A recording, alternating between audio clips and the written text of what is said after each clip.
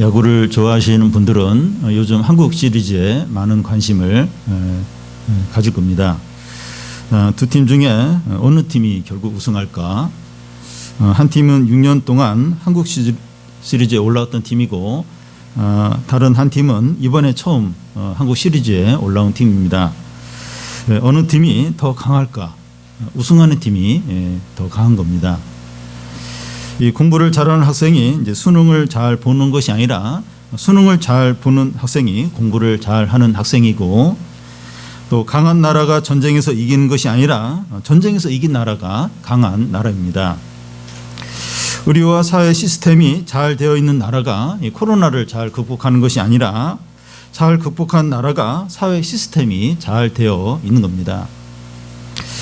한국이 코로나 상황에서 이제 다른 선진국보다 이제 의료 시스템이, 이런 사회 시스템이 잘 되어 있다고 이렇게 주목을 받고 있습니다. 유명하고 또 전통이 있고 외적으로 잘 갖춘 것이 결정적인 것이 아니라, 현재의 어려움을 실제로 잘 극복하느냐 하는 것이 중요합니다. 그런데 이렇게 잘하는 국가나 기업이나 개인을 보면 어떤 원리에 충실하게 행하는 것을 볼 수 있습니다. 세상 사람들 중에 그 환난 가운데 인내하는 사람들이 있는데, 성도는 환난을 즐거워하는 사람들입니다. 빌립보서에 보면 바울이 감옥에 갇혀 있지만 기뻐하고 감옥 밖에 있는 사람들을 격려하고 도와주고 있습니다. 현실의 어려운 가운데서 바울이 어떻게 이럴 수 있을까? 기독교가 무엇이고 그리스도인이 어떤 자인가 하는 것에 답이 있습니다. 금년은 이제 어느 때보다 모두가 힘든 시기를 보내고 있습니다. 국가적으로, 교회적으로, 개인적으로 어려운데, 이 빌립보서 말씀이 우리에게 절실히 필요하다고 생각합니다. 빌립보서는 이제 바울이 옥중에서 이제 빌립보 성도들에게 보낸 서신입니다. 빌립보는 지금 유럽 그리스 북부 지역에 위치하고 있습니다. 세계 지도에 보면 그 터키의 그 아시아 대륙과 또 그리스 불가리아의 유럽 대륙이 가까이 이제 마주 보고 있는데, 빌립보는 그 아시아 대륙과 가까운 유럽에 있는 가까운 한 도시입니다. 빌립보가 언제 어떻게 세워졌는가 하면, 알렉산더 대왕이 이제 빌립인데, 빌립 왕은 자기 이름을 따서 기원전 358년에 이 빌립보를 세웠습니다. 그런데 그 후에 로마에게 이 도시가 정복을 당하고, 옥타비아누스 아우구스투스를 말하는데, 그 황제가 이제 국가에 충성된 태역 군인들을 이 빌립보에 이주를 시켜서 거기서 살게 했습니다. 그래서 빌립보는 로마 식민지지만 로마의 한 도시로서 이렇게 대우를 받았고, 로마 시민들로서 아주 충실한 그런 그 사람들이 그곳에 살았습니다. 바울이 이제 빌립보를 처음 이제 방문을 이제 어떻게 이제 하게 됐는가 하면, 사도행전 16장에 나와 있습니다. 바울은 아시아 북부 지역을 전도하려고 원했지만 자꾸 길이 막혔습니다. 그러던 어느 날 밤에 잠을 자는데 한 마케도니아 사람이 꿈속에서 막 손질을 하면서 이곳으로 와서 도와달라고 하는 겁니다. 바울은 이를 계기로 유럽을 처음 방문하게 되는데, 빌립보가 유럽의 첫 성이었습니다. 바울은 빌립보 지역에 도착하자 유대인들이 모이는 해당에 가서 이제 기도하려고 이렇게 찾아봤는데 없는 거예요. 그래서 이제 그 해변가 쪽을 갔다가 몇몇 여인들이 이렇게 기도하는 그 모임을 이제 보게 됩니다. 바울은 그들에게 복음을 전하게 되는데, 성령이 그들 가운데 이 자주장사 누디아의 마음을 열어서 복음을 받아들이게 하고, 그의 집에서 빌립보 교회가 시작됩니다. 또 빌립보에서 어떤 일이 일어났는가 하면, 귀신 들린 여종이 바울의 일행을 여러 날 쫓아다니면서 지극히 높으신 하나님의 종이라고 외치는 겁니다. 바울이 고민하다가 이 여종을 향하여 귀신이 나가라고 그렇게 외치자 그 여종에게서 귀신이 나가게 됩니다. 그러자 그 여종의 점치는 것으로 돈벌이를 하던 주인이 이 바울을 이제 관청에 고소를 합니다. 그래서 바울과 실라가 지하 감옥에 갇혀서 채식질을 이제 당하게 되는데, 그날 밤에 지진이 일어나고 옥문이 열리는 그런 놀라운 일이 일어나게 됩니다. 그때 이 감옥의 간수는 죄수들이 다 도망간 줄 알고 자살을 이제 이렇게 하려고 할 때 바울이 우리가 도망가지 않고 그대로 있다고 말합니다. 그러자 간수는 바울에게 우리가 어떻게 하면 구원을 받을 수 있냐 이렇게 묻자 주 예수를 믿으라 그리하면 너와 내 가족이 구원을 얻으리라 하는 유명한 말을 하게 됩니다. 빌립보서는 다른 서신들과 다르게 교리 부분이 적고 어떤 실제적인 삶이 많습니다. 그렇다고 교리가 없는 것이 아니라 실제적인 것에 교리가 이제 녹아 들어있는 겁니다. 빌립보서에는 이 바울의 개인의 이야기가 많이 나오는데 단지 개인적인 감정이나 어떤 심전잡기에 대한 이야기가 아니라 기독교가 어떤 것이고 그리스도인이 어떤 사람인가 하는 것을 잘 보여줍니다. 또한 빌립보서는 기쁨의 서신이라고 할 수 있습니다. 빌립보서 안에 기쁨이라는 단어가 16번이나 나옵니다. 바울은 감옥 안에서 이 서신을 썼는데 항상 기뻐하고 또 감옥 밖에 있는 성도들에게 기뻐하라고 권면을 합니다. 요즘 우리들은 이제 코로나로 인해서 이 감염에 대한 이 두려움과 경제적인 어려움과 미래에 대한 걱정으로 우울해하고 있습니다.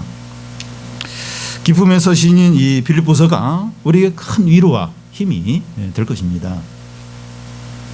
바울이 빌립보서를 보내는 목적은 크게 4가지로 생각할 수 있습니다. 첫 번째는 이제 빌립보 교회 사역자인 에바브로디도가 이제 가져온 그 헌금을 바울이 잘 받았다고 이제 확인을 이제 이 서신을 통해서 이제 해줍니다. 두 번째는 바울이 감옥 안에 갇혀 있는 것으로 인해서 신앙이 어린 이제 빌립보 성도들이 이제 시험에 이제 드는 겁니다. 그래서 너무 이제 이렇게 걱정하지 않도록 왜 자기가 감옥에 갇히게 되었고 자기가 감옥에 갇힘으로 어떤 유익이 있는가 하는 것을 이 빌립보서를 통해서 설명을 해줍니다. 세 번째는 빌립보 교회 안에 분쟁을 해결하도록 하기 위해서입니다. 교회 안에 지도급에 해당하는 두 여인이 서로 막 이렇게 다투는 거예요. 다투고 이제 분쟁이 있는데 예수님의 마음으로 서로를 품어서 하나가 되도록 권면을 이제 합니다. 네 번째는 빌립보 교회가 이 거짓 가르침에 넘어가지 않도록 이제 이렇게 붙들어주기 위해서입니다.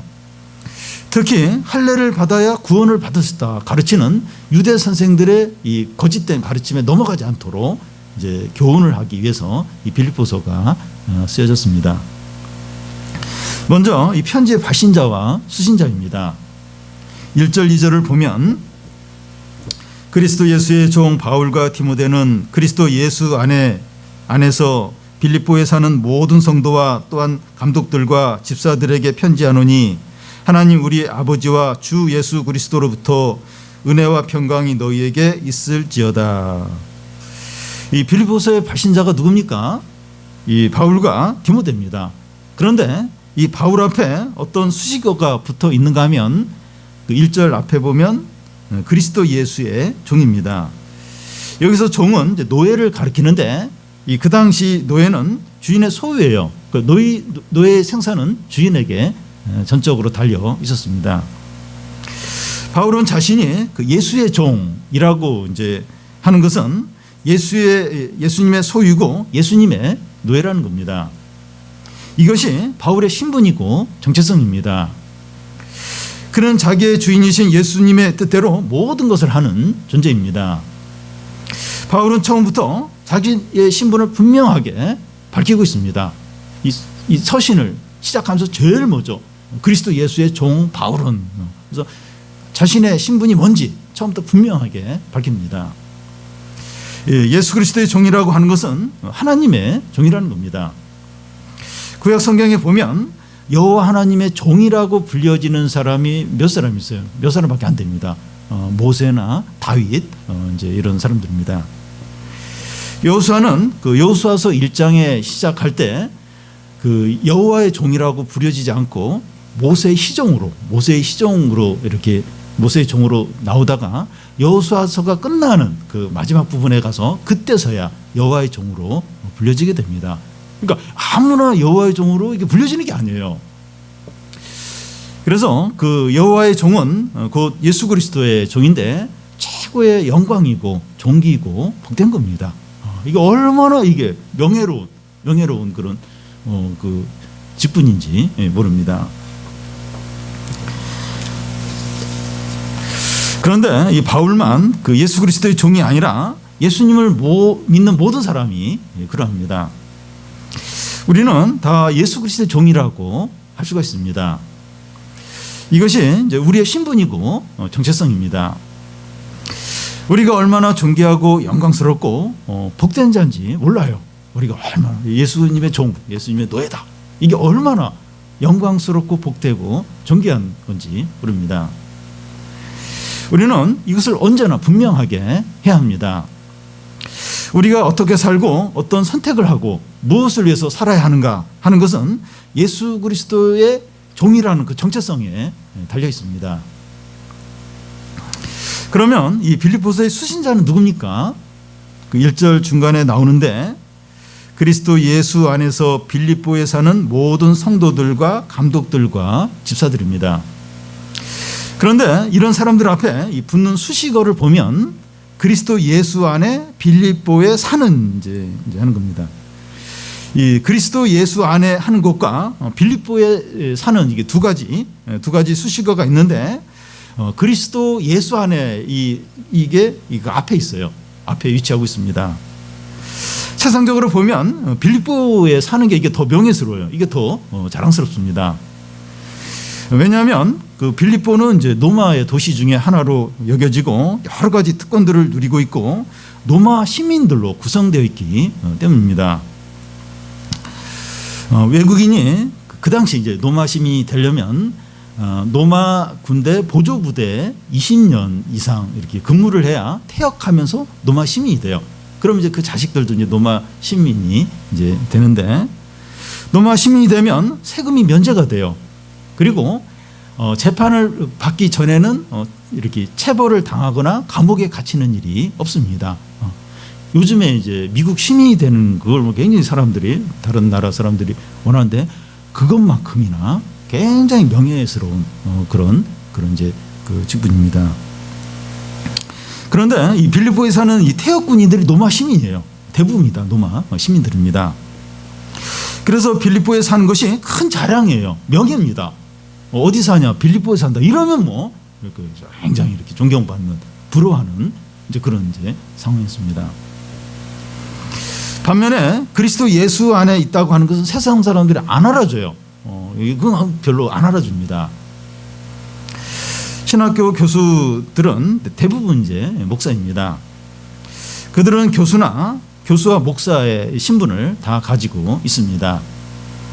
신학교 교수가 어느 교회에서 설교나 이제 강의를 할 때 자기를 소개할 때 목사보다는 교수라는 것을 강조합니다.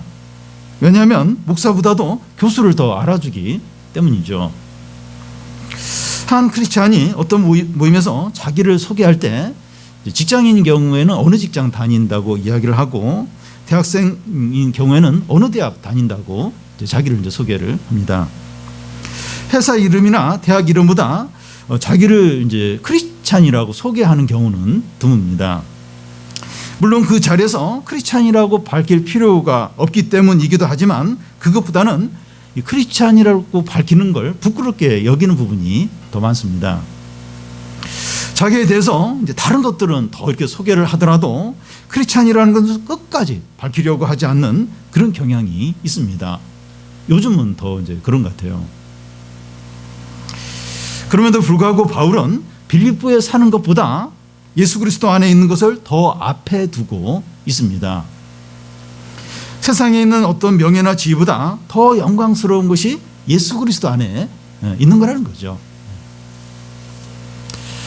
빌립보서의 수신자들을 이제 다시 보면 이제 모든 성도들과 감독들과 이제 집사들이 나오는데 특이한 것은 성도들이라는 이름이 제일 앞에 위치하고 있습니다.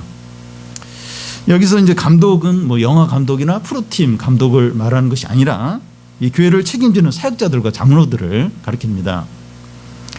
그런데 이 성도들을 감독이나 이 집사보다 앞에 이렇게 두고 있어요.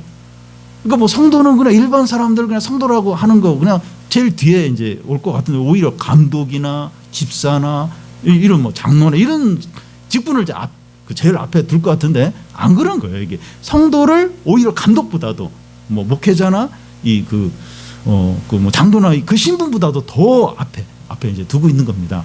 왜냐하면 이 성도라는 이 칭호 이게 제일 영광스럽고 또 존귀한 것이기 때문이죠.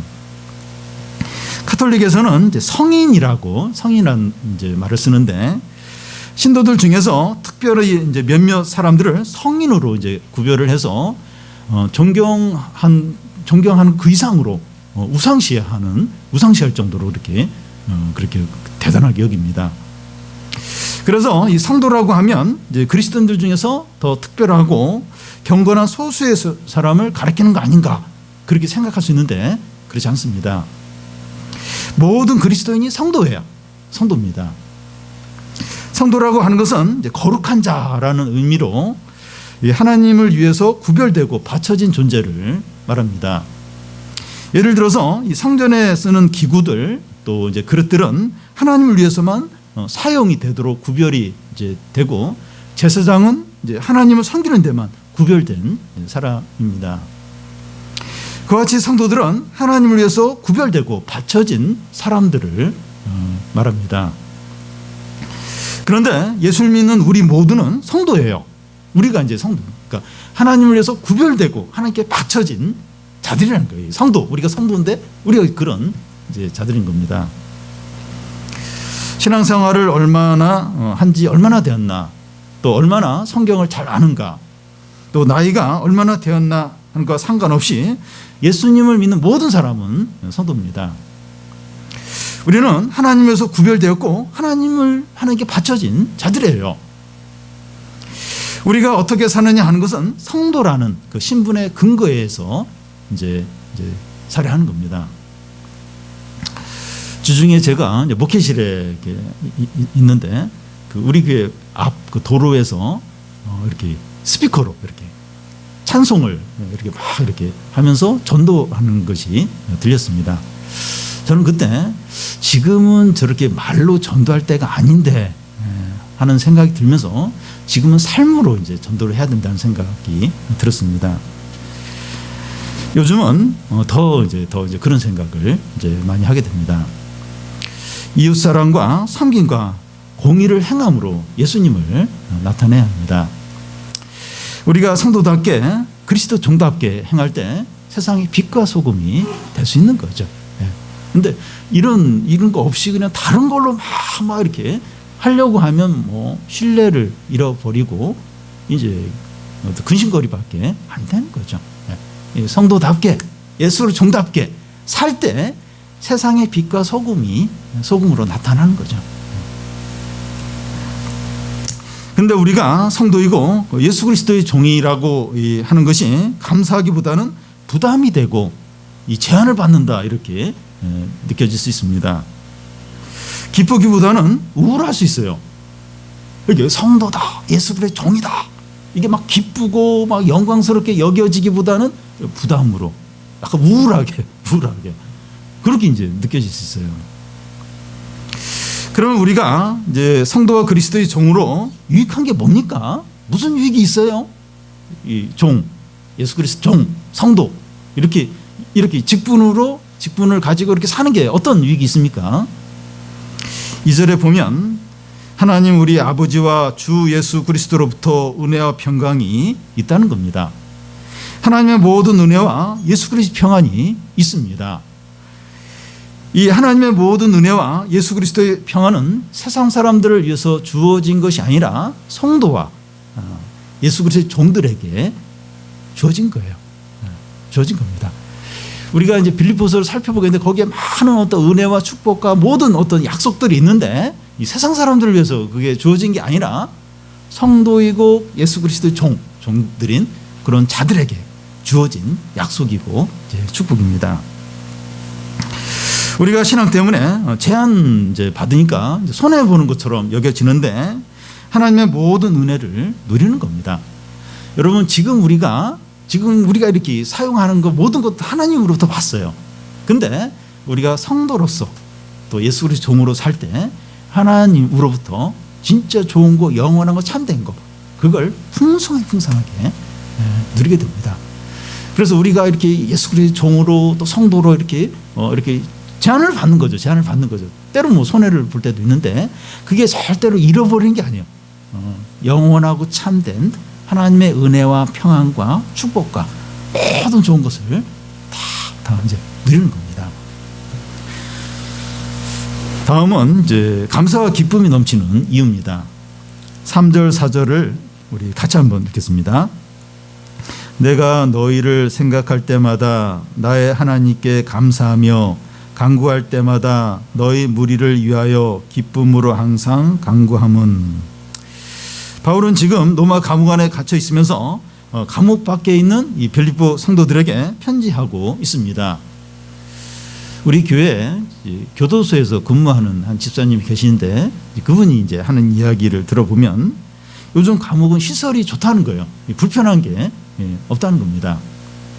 자유가 없는 것이 불편한 것이지 생활하는 데는 뭐 어렵거나 불편한 게 없다고 합니다. 그런데 2000년 전만 해도 감옥은 추워요. 배고프고 비위생적이고 두들겨 맞고 거기서 뭐 죽어도 누가 뭐 관심 갖지 않는 그런 이제 곳이었습니다. 그런데 바울은 그런 감옥 안에 갇혀 있으면서 감사하고 기뻐하고 있습니다. 그가 무슨 죄를 지었기 때문이 아니라 복음을 전하다 이제 감옥에 이제 갇힌 거죠. 억울하고 화가 나고 낙심해서 침체에 지낼 수도 있었어요. 잘못한 것도 없는데 지금 이런 감옥에 있으니까 그럴 수도 있었습니다. 그런데 빌립보서는 바울이 감옥 안에 썼지만 기쁨의 서신이에요. 그렇게 기쁨이 넘치는 그런 서신입니다. 기쁨이라는 단어가 16번이나 나오고 특히 4장 그 4절에 보면 주 안에서 항상 기뻐하고 내가 다시 말하노니 기뻐하라고 말하고 있습니다. 그 아주 최악의 그런 환경 가지고 죄도 안 졌는데 그런 처지에 있으면서 기뻐하라고 밖에 있는 사람한테 기뻐하라고 내가 다시 말하는데 기뻐하라고 그렇게 강조를 하면서 이렇게 권면을 하고 있습니다. 바울은 감옥 안에 있으면서 병이 들었고 이제 쇠약해서 죽을 수도 있었고 그걸 어떻게 할 수 있느냐? 이 다음에 보면 내가 이게 삶과 죽음 사이에 껴있다 그래요. 그러니까 지금 굉장히 안 좋은 거예요. 그리고 감옥에서 나올지 못 나올지 그것도 알 수 없는 상황이었습니다. 그런데도 자신이 크게 기뻐하고 있고 오히려 이 감옥 밖에 있는 사람들 위로하고 기뻐하라고 권면하고 있습니다. 이것이 보여주는 것은 그리스도인이 어떤 존재인가 하는 겁니다. 그리스도인은 그 1절 중간에 그리스도 예수 안에 있는 자입니다. 그리스도인이 누구냐? 예수 그리스도 안에 있는 자입니다. 우리가 그리스도 안에 있다고 하는 것은 그리스도가 우리 안에 있다는 의미가 돼요. 그러니까 우리가 그리스도 안에 있다. 이건 그리스도가 우리 안에 있다 하는 이제 의미도 됩니다. 바울이 갈라디아서에서 내가 사는 것은 내 안에 그리스도가 사는 것이라고 그렇게 말한 것과 같습니다. 나무까지 비유해서 그리스도가 나무이고 우리는 그 나무에 붙어 있는 가지입니다. 몸에 비유해서 보면 그리스도가 머리고 우리는 그 몸의 지체들이죠. 여러분 그 나무에 나뭇가지가 붙어 있거나 몸에 지체가 붙어 있는 것은 접착제로 이제 붙여놓거나 끈으로 묶어놓은 게 아니에요. 이 생명으로 연합된 거죠. 그러니까 우리가 이제 그리스도 안에 있다. 이건 그리스도와 우리가 생명으로 이렇게 연합이 되어 있는 겁니다. 부부관계 이상입니다. 우리가 하나님과 이런 관계니까 하나님의 모든 소유, 곧 하나님의 모든 은혜와 사랑과 지혜와 능력과 기쁨과 영광과 생명을 다 누리게 됩니다. 여러분 그렇지 않겠습니까? 부부관계에서도 보면 뭐 내 돈, 네 돈이 없어요. 물론 그런 부부가 있어요. 이렇게 딱 재정을 해서 남편 돈, 아내 돈 예외적으로 그런 경우 있는데 부부는 사실 그런 게 없죠. 막 네 돈, 내 돈 없이 다 같이 사용하죠. 그러니까 우리가 그 하나님과 그런 관계, 부부관계 이상으로 연합된 그 관계이기 때문에 하나님의 모든 은혜와 사랑과 기쁨과 능력과 지혜와 영광을 다 누리는 거예요. 내 것처럼 누리는 겁니다. 그래서 우리 안에 하나님의 기쁨이 넘칩니다. 그러니까 이게 기쁘려면 뭐가 있어야 기쁘. 아무것도 없는데 막 기쁘고 그러면 이상한 거죠. 이 하나님의 은혜와 사랑과 능력과 지혜와 영광과 모든 게 사실 이 세상 모든 거 하나님 거죠. 그런데 그것뿐만 아니라 이 영원하고 참된 모든 걸 이제 우리가 누리는 거예요. 누리니까 우리 안에 하나님의 기쁨이 넘치게 되죠. 우리 안에 하나님의 기쁨이 넘치니까 어떤 상황이 있든지 상관없이 기쁜 겁니다. 감옥 안에 있다 할지라도, 그리고 몸이 병들어서 죽을지도 모르는 그런 상황이 있다 할지라도, 앞으로 감옥에서 나올지 못 나올지 그 미래가 불투명하다 할지라도 하나님의 모든 지혜와 능력과 사랑과 기쁨, 이게 다 이 바울에게 누려지는 거예요. 누려지니까 이 하나님의 기쁨이 넘치는 거예요. 그러니까 상황과 상관이 없이 기쁜 거예요. 막 감옥 밖에 있는 사람들까지 그 기쁨을 나눠주려고 그 기쁨이 넘치는 거죠. 18세기 영국에서 큰 부흥을 일으켰던 요한 웨슬레가 있는데, 그가 회심하기 전에 참 금욕적으로 아주 경건 생활을 열심히 한 그런 사람이었습니다. 그가 그 당시 신대륙인 미국에 갔다가 이제 영국으로 돌아오는 길에 큰 풍랑으로 배가 침몰 위기에 있었습니다. 그는 불안하고 두려워서 어쩔 줄 몰랐어요. 그런데 배 한쪽 구석에 한 무리가 찬송을 하면서 아주 평안하게 찬송하고 기도하고 그러고 있는 겁니다. 모라비안 이제 교도들인데 그 당시 아주 신실하게 주님을 믿는 그런 이제 무리들입니다. 웨슬레는 죽음 앞에서도 찬양하고 평안하게 있는 그들을 보면서 놀랐어요. 큰 충격을 받습니다. 자기도 예수를 믿는다고 하는데 아직 웨슬레가 회심하기 전이에요. 그러니까 막 불안하고 두려워 떠는데 그 모라비안 교도들, 그 성도들은 막 똑같은 상황이 있는데 찬양하고 아주 평안한 가운데 있는 걸 보면서 큰 충격을 받았습니다. 그리스도인이 큰 위기와 환난 가운데서도 평안하고 기뻐하는 이유가 뭡니까? 예수 그리스도 안에 있기 때문이죠. 하나님의 은혜와 축복과 사랑과 기쁨과 능력을 다 누리니까 기쁜 거예요. 기쁨이 이제 있기 때문이죠. 여러분, 세상에서 항상 기뻐할 수 있는 사람은 그리스도인밖에 없습니다. 왜냐하면 예수 그리스도 안에 있고 그리스도와 연합되어 있어서 하나님의 모든 은혜와 축복과 능력과 모든 걸 다 누리고 있어요. 그러니까 기쁠 수밖에 없는 겁니다. 세상에서도 기뻐하고 행복해하는 사람들이 있습니다. 눈에 보이는 것들, 뭐 부동산이나 주식이나 성공이나 외모나 또 명품이나 또 여러 가지 그런 것으로 이제 기뻐하는데, 문제는 뭔가 하면 이런 것들이 변할 수 있어요. 사라지게 됩니다. 그러면 그걸로 이제 기쁨으로 삼았는데 그게 흔들리고 사라지니까 행복도 이제 사라지고 기쁨도 없어지는 거죠. 그러니까 세상에도 행복하고 기뻐하는 사람이 있어요. 근데 문제는 뭔가 하면 그게 일시적이고 피상적인 것들이에요. 금방 이제 그게 기쁨이 이제 사라지게 되죠.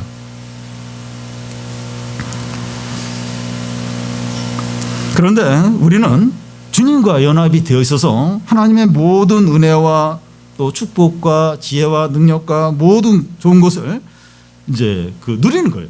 누리니까 기쁨이 이렇게 넘쳐요. 기쁨이 넘치니까 우리가 제일 행복하죠. 그리스도인이 제일 행복한 자들입니다. 여러분, 진정으로 행복하기 원하면 그리스도인이 되면 됩니다. 사람들에게도 그렇게 전도할 수 있어요. 여러분, 당신이 진짜 행복하기 원하면 그리스도인이 되면 된다고. 그렇게 담대하게 말할 수 있습니다. 그래서 바울은 사도행전에서 왕과 귀족과 고위 관리들 앞에서 재판을 받아요. 재판을 받는데 그때 그 귀족들에게 뭐라고 얘기하는가 하면, 내가 쇠사슬에 매인 것 외에는 당신들이 모두 다 나와 같이 되기를 원한다고 담대하게 말했습니다. 그리스도인보다 더 행복하고 복된 사람이 있으면 그런 사람이 되면 됩니다. 보니까 그리스도인보다 더 행복한 사람이 있더라. 그러면 그런 사람이 되면 됩니다. 그런데 그리스도인보다 더 행복하고 복된 사람은 없습니다. 제가 목사가 되고 이 자리에 서 있는 이유도 그리스도인이 가장 행복하고 복되기 때문이죠. 만약에 더 행복한 그런 삶이 있다면 저는 그걸 쫓았을 거예요.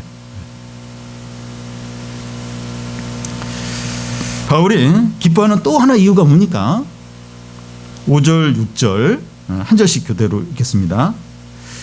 너희가 첫날부터 이제까지 복음을 위한 일에 참여하고 있기 때문이라.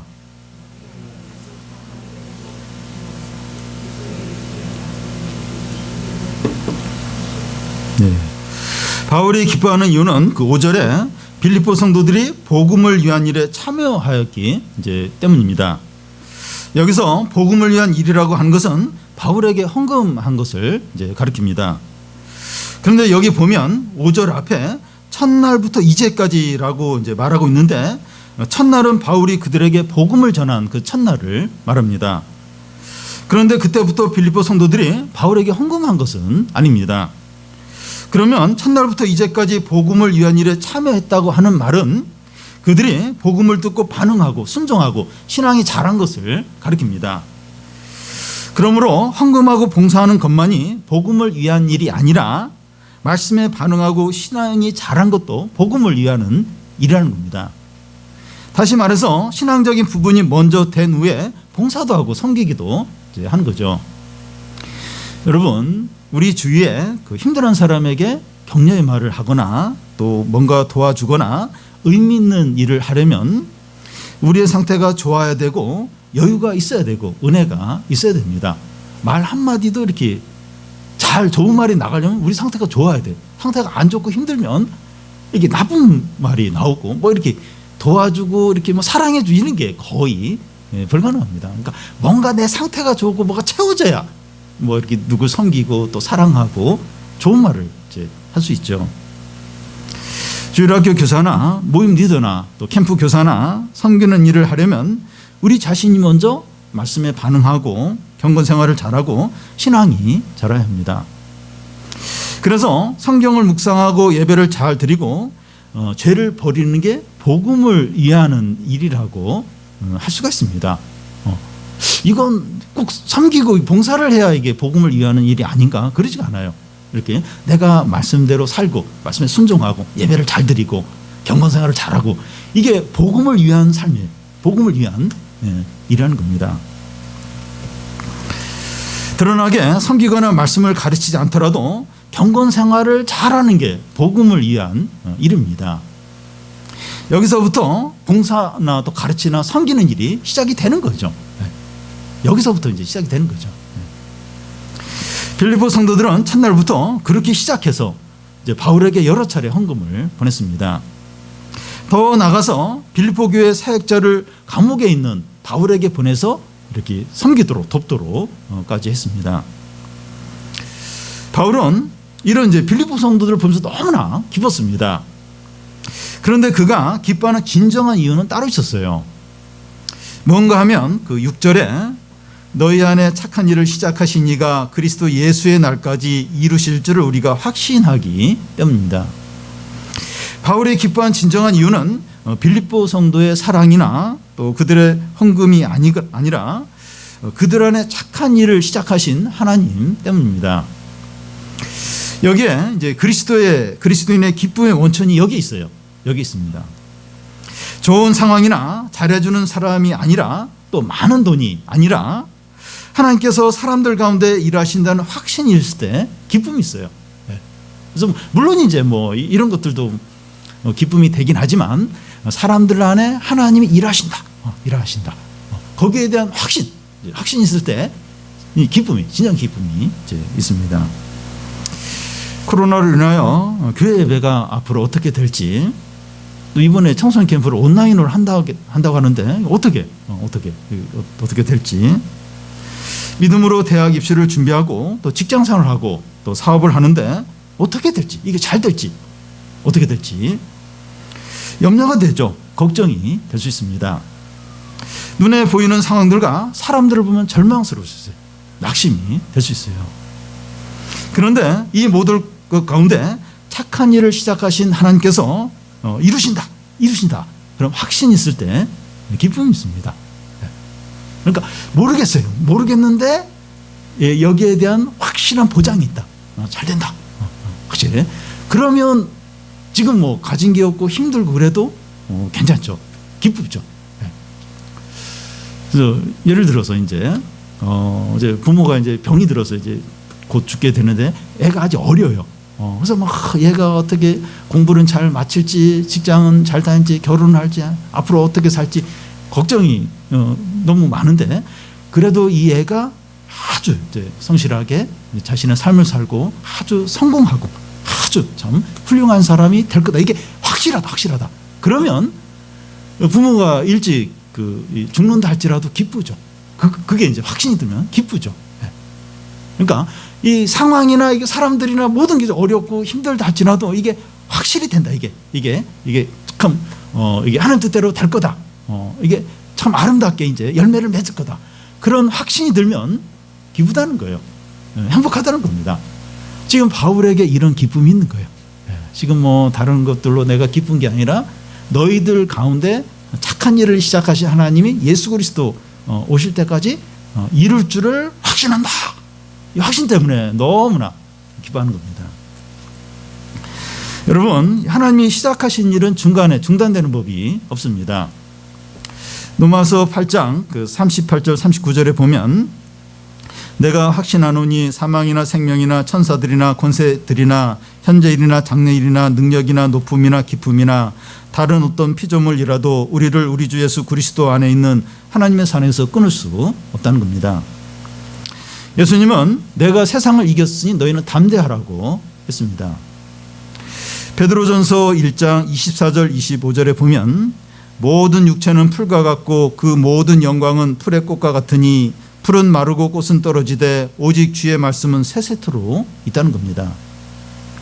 다니엘서에 보면 돌이 하나가 날라와서 그 세상 역사의 그 강대국들을 상징한 신상을 깨뜨려요. 완전히 무너뜨리면서 그 돌이 온 세상을 가득 채우게 됩니다. 여러분, 우리는 계획을 세우고 약속을 하고 결심을 하지만 지키지 못하는 경우가 얼마나 많은지 모릅니다. 사람이 하는 일들은 처음에는 좋아요. 선하게 시작을 하지만 시간이 지나면서 변질되는 경우가 얼마나 많은지 모릅니다. 우리가 하는 일은 용두삼이에요. 연기 같고 거품일 때가 많습니다. 사람이 하는 일은 다 그래요. 다 그렇습니다. 그런데 하나님께서 시작하신 일은 어려운 상황이나 또 약한 사람이나 강의들과 상관없이 하나님께서 오시는 날까지 반드시 이루십니다. 그래서 우리는 보이는 것들, 상황이나 또 사역이나 사람들 숫자나 우리 자신들을 바라보는 것이 아니라 보이지 않는 것들, 하나님 나라와 하나님의 말씀과 하나님의 뜻을 바라봐야 됩니다. 코로나 확진자 숫자를 보고 너무 걱정하고 낙심할 것이 아니라 하나님의 뜻과 말씀을 확신해야 됩니다. 이런 상황에서 교회가 어떻게 될까? 믿는 자들이 어떻게 될까? 하나님께 달려있어요. 하나님의 말씀, 하나님 뜻에 달려 있습니다. 하나님 말씀과 하나님의 뜻에 대해서 확신해야 돼요. 세상에 어떤 것도 그리스도 안에 있는 하나님의 사랑에서 끊을 수 없습니다. 모든 육체는 풀과 풀의 그 꽃과 같아요. 다 떨어져요. 다 시들고 다. 하나님의 말씀은 세세토록 영원합니다. 이 세상을 이기셨어요. 이 말씀과 이 하나님의 뜻에 대한 확신. 상황이나 사람이나 나의 부족이나 이런 거, 코로나 이런 거 너무 바라보지 않고 너무 염려하지 않고 하나님과 하나님의 말씀에 대한 확신 얼마나 필요한지 모릅니다. 우리가 믿음으로 행하면서 낙심하지 않아야 돼요. 이게 믿음으로 하는데 잘 될까? 믿음으로 공부하고 믿음으로 진로인들 믿음으로 사업하고 믿음으로 자녀 양육하고 말씀대로 이게 하는데 잘 될까? 잘 된다는 거, 잘 된다. 뭐 내가 뭐 잘해서라 이게 아니라 하나님의 말씀과 하나님 뜻은 아무도 못 막아요. 반드시 하나님은 반드시 이루십니다. 그래서 선하게 아름답게 그 확신, 이 확신 얼마나 필요한지 몰라요. 지금 다 두려워요. 다 낙심, 다 미래를 알 수가 없어요. 근데 우리가 의지하고 바라보는 건 하나님의 말씀이에요. 하나님의 뜻, 하나님의 나라. 나라는 영원해요. 반드시 하나님 뜻대로 이루어집니다. 그 확신이 얼마나, 이 확신이 있을 때 기쁨이 있습니다. 평안이 있어요. 마지막으로 빌립보 성도들에 대한 바울의 사랑입니다. 8절을 우리 같이 한번 읽겠습니다. 내가 예수 그리스도의 심장으로 너희 무리를 얼마나 사모하는지 하나님이 내 증인이시니라. 고대에는 그 사람의 몸 안에 있는 이 장기 안에 이 감정이 들어있다고 생각을 했습니다. 몸 안의 장기 중에 심장이 가장 중요한 이제 장기인데, 옛날 사람들은 심장 안에 사람의 가장 깊은 감정과 정서가 들어있다고 믿었습니다. 오늘날도 사람들은 이제 다른 사람의 사랑을 표현할 때 손으로 뭐 이제 하트 뭐 이렇게 하고 또 팔을 벌려서 하트 모양을 하면서 이 사랑을 이제 나타냅니다. 바울은 빌립보 성도들을 사랑하는데 그리스도의 심장으로 사랑한다는 겁니다.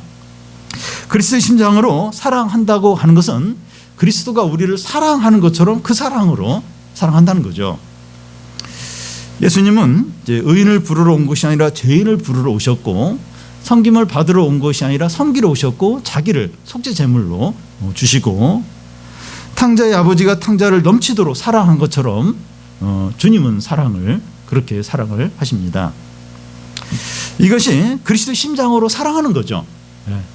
의인들, 또 이렇게 뭔가 이렇게 기준이 되는 사람들을 사랑하는 것이 아니라 죄인들을 사랑하죠. 죄인들. 이게 이제 그리스도의 심장으로 사랑하는 거죠. 여러분, 그리스도인들은 그리스도의 심장으로 이식을 받은 자입니다. 어떻게 이식을 받습니까? 예수님을 믿음으로 예수님과 함께 죽고 예수님과 함께 살아났기 때문입니다. 내가 사는 것은 더 이상 내가 사는 것이 아니라 내 안에 그리스도가 사시는 거죠.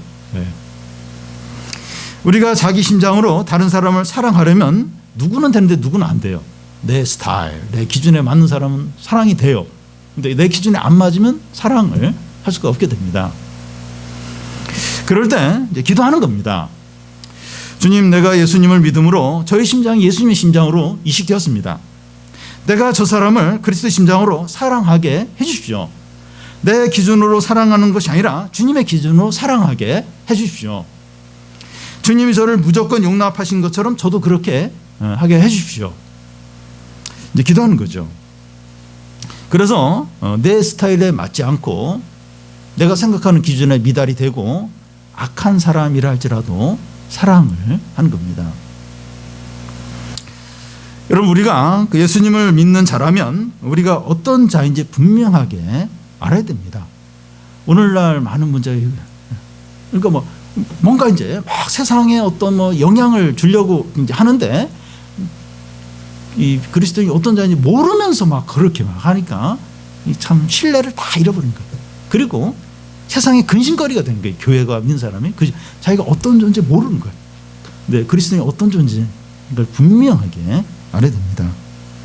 우리는 예수 그리스도의 종이고 성도이고 그리스도 안에 있는 자입니다.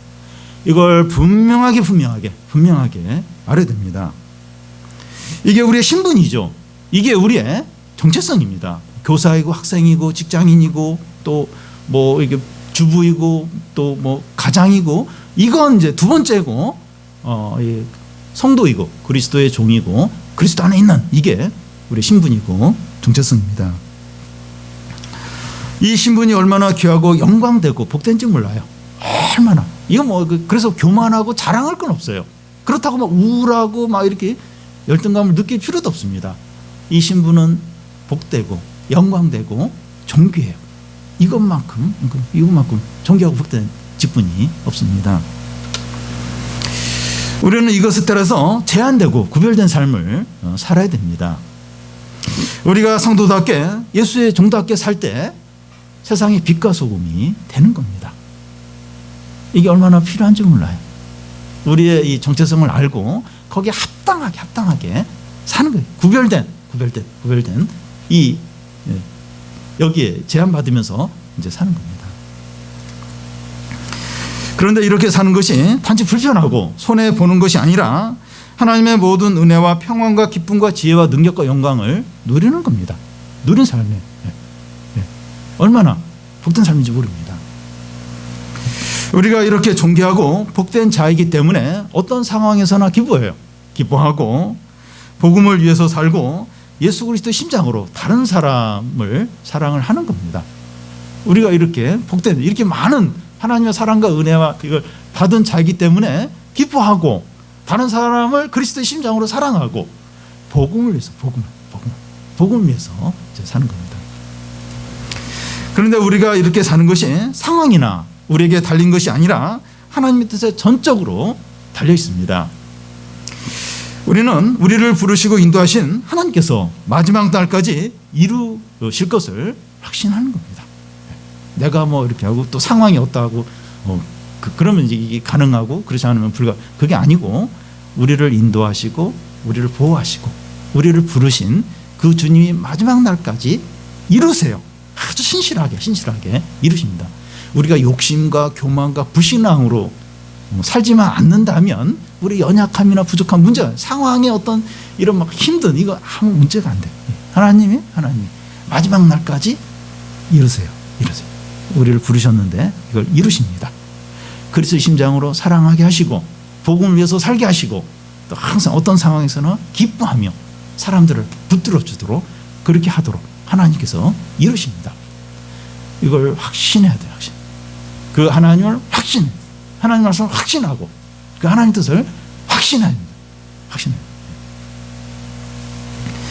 우리가 성도와 예수 그리스도의 이 종의 이 정체성을 분명히 하고 하나님의 뜻을 확신함으로 어떤 상황에서나 감사하고 기뻐하고 사랑하고 복음을 위해서 사는 우리 성도들이 다 되시기를 바랍니다.